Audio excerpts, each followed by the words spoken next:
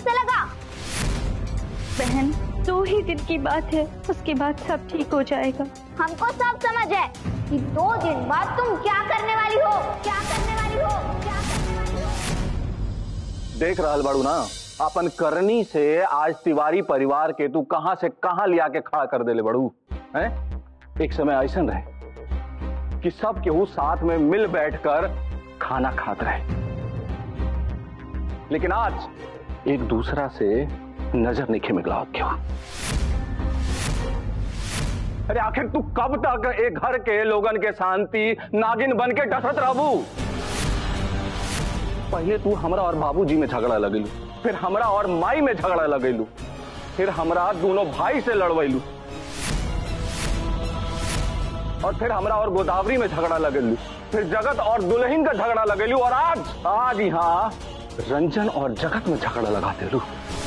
तू औरत हो कि काल बन के घर पर आयल बड़ू कि झगड़ा लगा के सब कुछ तहस नहस कर देबू, तहस नहस कर देबू, तहस नहस कर देबू। अमर भैया, आरती भौजी केहू से कुछ झगड़ा नहीं लगावत। तारा नु जेकरा संगे लड़ाई झगड़ा भइल बा नु, वो सिर्फ और सिर्फ तारा वजह से भइल बा, ना कि भौजी के वजह से। अरे भौजी घर में मतलब कितना दिन से उतरल बड़ी? हाँ 10 साल से नु। एकरा पहले का घर में लड़ाई ना होत रहे? भैया रहे दी, कहे कि घर में ना 10 साल पहले भी झगड़ा लड़ाई होत रहे नु। तंगरा का दोषी देखो कैसे कह सकत है? नहीं अरे ते दोषी नहीं तक शांति का दूध बनी। तारा हिसाब से तो इनकर नाम शांति का नोबेल प्राइज खातिर भेज दिया जाओ। भौजी खातिर बहुत बढ़ चढ़ के भाग ले रहल बड़ा है। केहू आगे बढ़े चाहे पीछे हटे, लेकिन हम हमेशा से इनका संगे खड़ा रही, रहम और अभी भी बानी। केहू के कोनो लालच में पड़ के हम पीछे ना हट जाए। अरे चला, बहुत भइल बड़ा तू भौजी का साथ देवे वाला। जगत देखब, हम नहीं चाहत कि आरती की लेके तो हम दोनों भाई में कोनो बिगाड़ होगी। यही से हम आज एगो फैसला लेत बनी और आरती के वचन देत बनी, हम कबो भी तुहरा के तलाक ना दे, तलाक ना दे, तलाक ना दे, तलाक। जैसे तुहार प्रण रहे ना कि नैहर से डोली उठ कर आयल रहे तुहार, और इंजर से आरती उठ के शव तुहार इंजर से जाई, तो हमहू में कोनो बाधा ना बनब। और हाँ गोदावरी, अब तोहरों के हमरा के जेल भेजे का कोनो धमकी देवे का जरूरत नहीं है। काहे कि अब हम तो आरती के तलाके ना देव, और जब हम आरती के तलाके ना देव तो तोहार तो हमरा के जेल भेजे वाला प्लान फेल हो जाई ना। अमर जी, हम कोई आपके दुश्मन नहीं है, लेकिन कोई हमारी बहन को परेशान करेगा तो हम भी अपनी बात से पीछे कैसे हट सकते हैं? तू हमरा के शंका का नजर से मत देखा। ये अमरेंद्र तिवारी का वादा बा तोहरा से कि हम तोहरा के तलाक ना दे, तलाक ना दे, तलाक ना दे।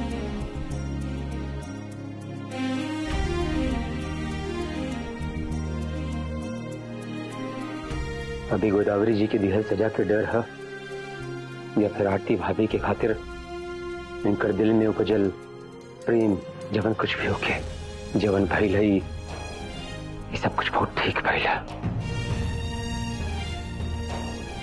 शायद हमार भैया के अपन गलती के एहसास हो गई बा। तो उन लोग के जवान सोचे के बाद तो उन लोग सोचा जा। अब केहू का सोच पर तो हमारा अधिकार नहीं है, हम केहू का सोच तो ना बदल सकीला ना। सोचा जा।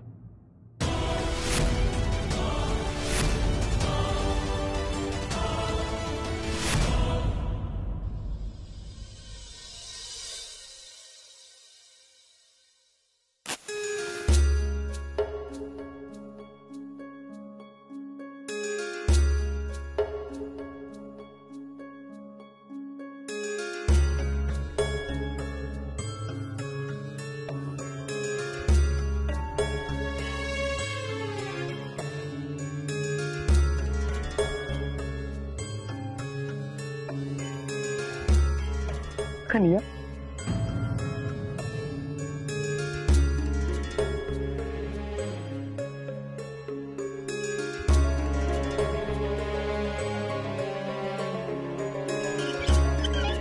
तू इतना पूजा पाठ करेलू देवी मैया के, लेकिन हमारा लाग रहा बा कि जैसे देवी मैया तारा से नाराज बाड़ी। अगर देवी मैया नाराज ना रही थी तो तारा आवाज सुनती, तारा ऐसा दशा ना रही कन्या। जब देवी मैया तार आवाज सुन के तारा साथे न्याय ना कर ली तो तार मौन प्रार्थना के सुन के न्याय करी। हाँ देवी मैया, ये कौन परीक्षा ले रहल बड़ू तू कन्या के? अरे जे आज तक केहू के खिलाफ अपन आवाज ना उठेलस, आज होकर आवाज बैठ गई बा। फिर और कैसन न्याय बा मैया? ना कन्या, आज तू हमरा के मना मत कर। अरे तू नहीं को बोल सकत तो कम से कम हमरा के अपना मन के बात कहे दा। कन्या, तू जब से घर में उतरलू हम जानता नहीं तू इनकर कितना पूजा पाठ करेलू, बगैर बिना भोग लगैले तू अपना मुंह में एक वन के दाना तक नहीं खुदल। पर आज तार ये हालत देखे हमारा मन रो रहा बा। अगर तू लिखत पढ़त रहतू तो तू अपना मन के बात हमरा से साझा कर ले तू। देख कन्या, हम तरह से एगो बात कहल चाहती। जौनी गुदावरी कर रहा बड़ी ना, वो ठीक नहीं करत अमर के साथ। अरे कोनो लिहाज से ठीक नहीं खे। अरे करिहन उनका रिश्ता खराब हुई अमर के साथ, लेकिन सजा तारा के मिली। गुस्सा तारा पे हुई है अमर। अगर तहार तलाक हो जाई तो तू कहने के होई वो कभी सोचले बड़ू गोदावरी के ये सब करे से मना कर, रोक। लेकिन अगर तहार तलाक हो गई तो वो अपने आप के कभी माफ ना कर पाई है कि उनका चलते तहार तलाक हो गई। गोदावरी पर भी ना जीवन भर खातिर दाग लग जाए कि वो अपना खातिर तहार तलाक करवा दिली। ऐसा नहीं होगा बड़ी मम्मी जी, नहीं होगा बड़ी मम्मी जी, नहीं होगा बड़ी मम्मी जी, नहीं होगा बड़ी मम्मी जी। बड़ी मम्मी जी, आज खुद अमर जी ने जगत देवर जी और रंजन देवर जी के सामने बहन से वादा किया है कि वो बहन को कभी तलाक नहीं देंगे। और रही बात हमारा उनसे रिश्ता खराब होने की, तो बड़ी मम्मी जी हम जो भी कुछ कर रहे हैं वो कोई गलत नियत से तो नहीं कर रहे हैं ना। देखा गोदावरी, हम इन्हें की कहत कि तहार कोनो इरादा गलत बा और हम तारा पे शक भी नहीं करत, लेकिन तहार विचार और कन्या के विचार अलग बा। अरे हम जितना कन्या के जानत हनी, हम ई दावा से कह सकत हनी कि कन्या अमर के सजा देवे के विचार मन में ला भी नहीं सकता। कन्या से पूछे की कोशिश कैलू कि कन्या ओह में सहभागी बाड़ी की ना।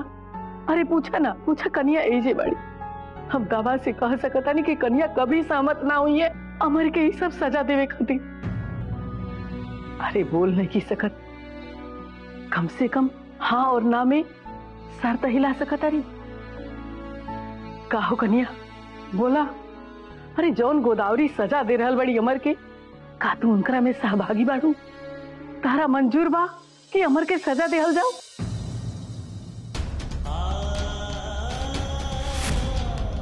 देख लू गोदावरी, अरे हम कन्या के 8-10 साल से जानत तनी और हम इनकरा अच्छी तरह से जानत तनी कि इनकरा का अच्छा लगी का ना लगी। और तू जौन अमर के साथ कर रहल बाड़ू ना, सब अपना मर्जी से कर रहल बाड़ू। अब तारा आगे का करे के बाद तू सोचा, तू विचारा। बड़ी मम्मी जी, आपने तो बहन से पूछ लिया, एक बार हम भी बहन से पूछ लें कि उनका क्या जवाब है। बहन, आपने बड़ी मम्मी जी के सवाल का जवाब ना में सिर हिला के दिया है। अब हमारा सवाल ये है कि अमर जी ने आपके साथ जो भी कुछ किया है, क्या वो सहन करने के लिए आप तैयार हैं? और क्या आप उनकी ऐसी हरकतों को सहन करने के लिए हमेशा तैयार रहोगी? बोलो बहन, आपको उनकी बदसलूकी बर्दाश्त है? सही कहा बड़ी मम्मी जी ने, आप अलग हो और हम अलग हैं। आप उनकी कोई भी बदसलूकी बर्दाश्त कर सकती हो। जब आपकी आवाज थी तब ही आप मौन थी, तो अब तो आपकी आवाज सचमुच में जा चुकी है। अब क्या बोलेंगी आप? लेकिन एक बात जान लो बहन, अगर आप ये सब बर्दाश्त कर सकती हो तो जरूरी नहीं कि हम भी बर्दाश्त कर सकते। इसलिए हम ये घर छोड़कर जा रहे हैं। आप जैसे बर्दाश्त करती आई हैं, आगे भी करते रहिए, क्योंकि हम ये नहीं देख सकते कि कोई आपको प्रताड़ित करे और चुपचाप हम मौन खड़े रहें। हमसे ये सब देखकर बर्दाश्त नहीं होता।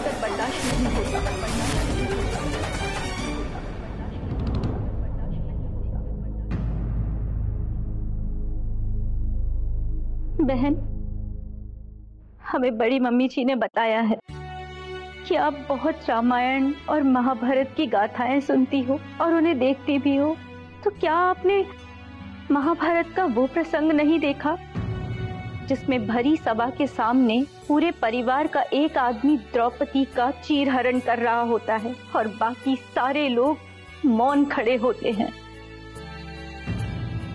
तो क्या आप ये चाहती हो कि हम भी वैसे ही मौन हो जाएं? और आपने देखा ना कि सब महारथियों के मौन होने का नतीजा कितना भयावह निकला। इसका तो ईश्वर साक्षी है, पूरा संसार साक्षी है। मौन होकर अपराध को देखना भी अपराधी का साथ देना ही होता है, और हम ऐसा नहीं कर सकते बहन। काल चाहे कोई सा भी हो बहन, लेकिन जहां स्त्री का अपमान होता है वहां पूरा समूल नष्ट हो जाता है, और इतिहास इसका साक्षी है। जुल्म करने वाले को सजा मिलना जरूरी है, क्योंकि अगर जुल्म करने वाले को सजा नहीं मिलती तो उसका हौसला भी बढ़ता है और उसे देखकर और नए जुल्म करने वाले पैदा हो जाते हैं। और मेरा इनके साथ रिश्ता कैसा रहेगा ये सोचकर मैं अगर इनके जुल्म में इनकी भागीदारी बन जाऊं तो बहन, ऐसा मुझसे नहीं होगा। अब आप ही बताइए, आप चाहती हैं कि मैं इनके जुल्म में इनके साथ भागीदारी नहीं बनूं? बोलिए ना बहन, मैं इनके जुल्मों में इनकी भागीदारी नहीं बनूं ना?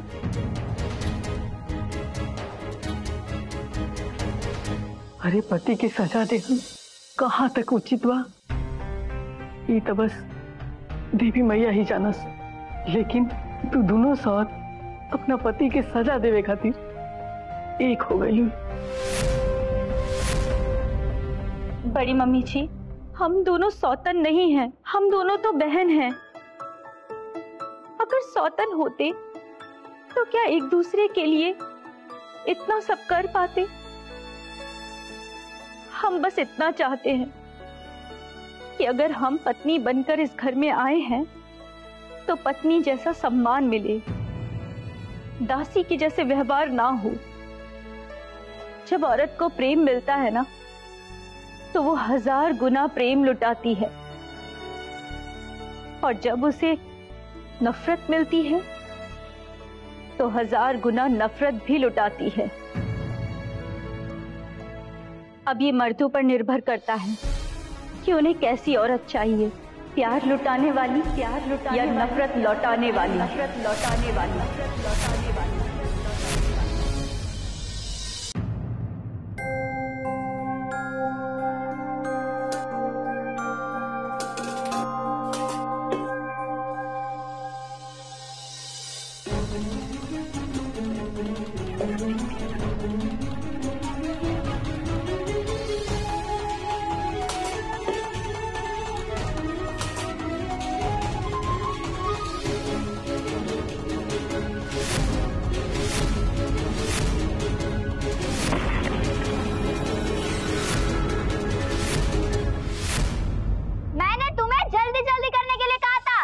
एक-एक बर्तन गिन गिन कर लगा रही हो, और ये रोने में वक्त बर्बाद मत करो। खड़ी और फिर से बर्तन को ढंग से लगाओ।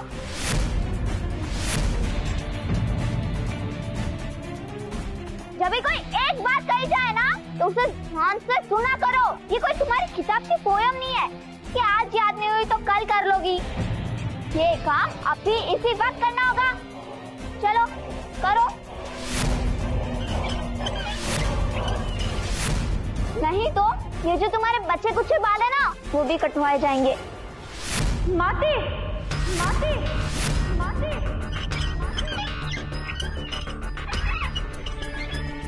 गोदावरी, तुमने तो अमर को बर्तन साफ करने का काम दी थी ना, लेकिन ये काम तो अभी तक अधूरा ही है।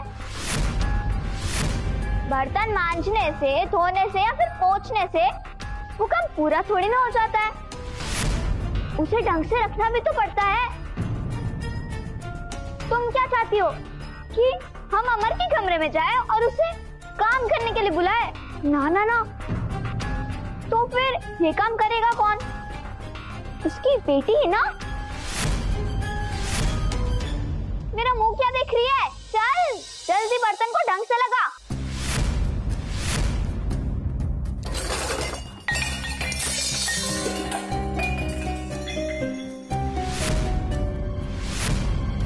जैसे तैसे नहीं लगाना है, ये सब तुरंत गिर जाते हैं। इसे पूरा अच्छे से और ढंग से लगाओ।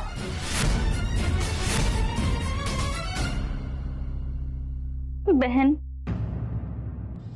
हम चाहे तो कुछ भी कर सकते हैं। हम इनको सजा भी दे सकते हैं, वो भी बिना किसी से पूछे।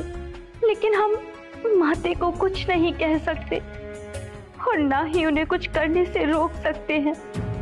बस अब 2 ही दिनों की बात है, उसके बाद सब ठीक हो जाएगा। हमको सब समझ है कि 2 दिन बाद तुम क्या करने वाली हो। अच्छा सुनिए, हमार बात कृष्ण भोग मिष्ठान भंडार से हो रहल बा का? हाँ, तो हमरा के ना कुछ मिठाई के ऑर्डर देवे के रहल। हाँ हाँ लिखी। अच्छा, 1 किलो महीन बूनी के लड्डू, 1 kilo jalebi, 1 kilo rasmalai, 1 kilo gulab jamun. हाँ हाँ हाँ, फिलहाल इतना ही ऑर्डर बा। अच्छा आगे लागी नो तो हम रवा के फोन करके बताए।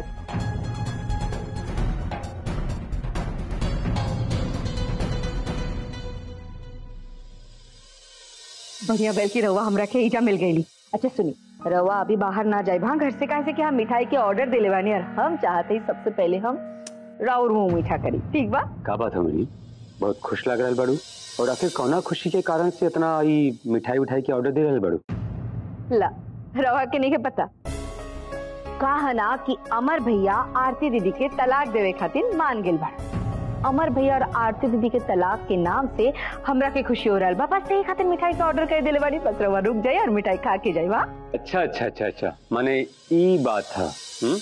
वैसे मोनी, तू एगो काम करा, जवानी खुशी में तू इतना उछल रहल बड़ू ना, खुश होखल बंद कर दे। और दूसरा काम भी जो ना भाई फोन पे मिठाई के ऑर्डर देले बड़ू, ये ऑर्डर के तुरंत अभी कैंसिल कर दे, ना तो कुल पैसा खराब हो जाए। काहे कि ई अमर भैया आरती भाभी के तलाक ना दे। लेकिन तू चिंता मत करा, तहार ना मुंह मीठा हम जरूर करवाई। काहे कि ई खुशी में हम पहले से ही 5000 रुपया खर्च करके मिठाई के ऑर्डर दे दिले पानी। और एगो बात और, तारा पता है अमर भैया इहो कहलन ह कि अब आगे से कबो भी आरती भाभी से तलाक के न तब बात करीहन और न ही आरती भाभी के तलाक दीहन। तू जवन सोच रहल बाड़ू आरती भाभी और अमर भैया के तलाक के खुशी मनावल, ये सब सोचे बंद करता। अगर तारा के कुछ भी सोचे के बनू और तैयारी करे के बाद, तो ई तैयारी करा कि कैसे तारा के घर छोड़ के जाए के बाद। ताकि हम देख रहल बानी कि दिन प्रतिदिन तहार मन ना बहुत बढ़ल जा रहल बा। अब तहार तेवर अतना बदल गई बा कि अब ई घर में हमरा तारा संग रहे में भी दिक्कत हो रहल बा। अब तू नैहर जाए के तैयारी कर और कुछ ना।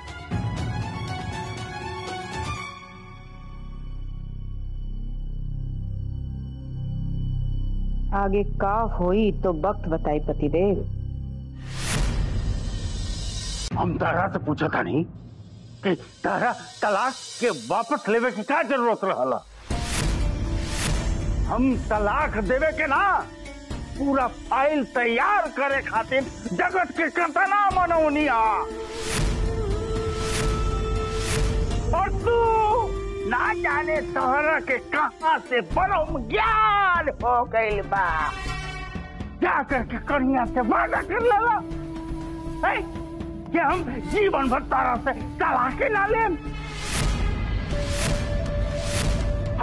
छोटकी दुल्हन हमरा के आकर के बताऊली कि बाबूजी भैया तो तलाक नहीं खेले और तार दिमाग खराब हो गए बच्चा। तारा बुझात नहीं खे हाँ कि कन्या घर में सब केहू के लगाओ तरी बुझाओ तरी एने के बात ओने कह के सब केहू के भिड़ाओ तरी। कुछ दिन पहले आयल दुल्हन के आतना ना सिखा पढ़ा देले बड़ी हाँ उनकरे रंग में रंगल बड़ी दुल्हन भी मिल के तारा के साजा देता लोग हाँ और ऊपर से वह कन्या के तू साथ देता रहा और हमनी के नाक कटावता रहा। हम ही कुल होके ना दे बता देता तारा के अब ये घर में कन्या हमरा आँखी के सोजा ना लौके के चाहिए बस। माई हमरा नहीं लागत कि आरती के घर से निकाल देला पर सब कुछ ठीक हो जाए। यही से हम उनके कह दिली कि हम उनके तलाक ना दे और अब वो यही घर में रही। भैया जी दीदी के एक घर में रखे खातिर रउआ तलाक देवे से तो मना कर दे, लेकिन का रउआ के यही पता बा कि राउर छोट भाई हमरा के घर से जाए खातिर बिना तलाक के ही कहा था। रउआ काहे नहीं कि समझत भैया जी कि दीदी घर में का खुराफाती रच रहल भाई। लेकिन हम अब हम कुछ नहीं के सुने के चाहत तोहरा के हमार आदेश माने ही के पड़ी। अब तू हर हाल में कौनो कीमत पर कन्या के तलाक दे दे। बाबूजी हम आरती के जबान दे दिले बनी कि अब उनके हम तलाक ना दे तलाक ना दे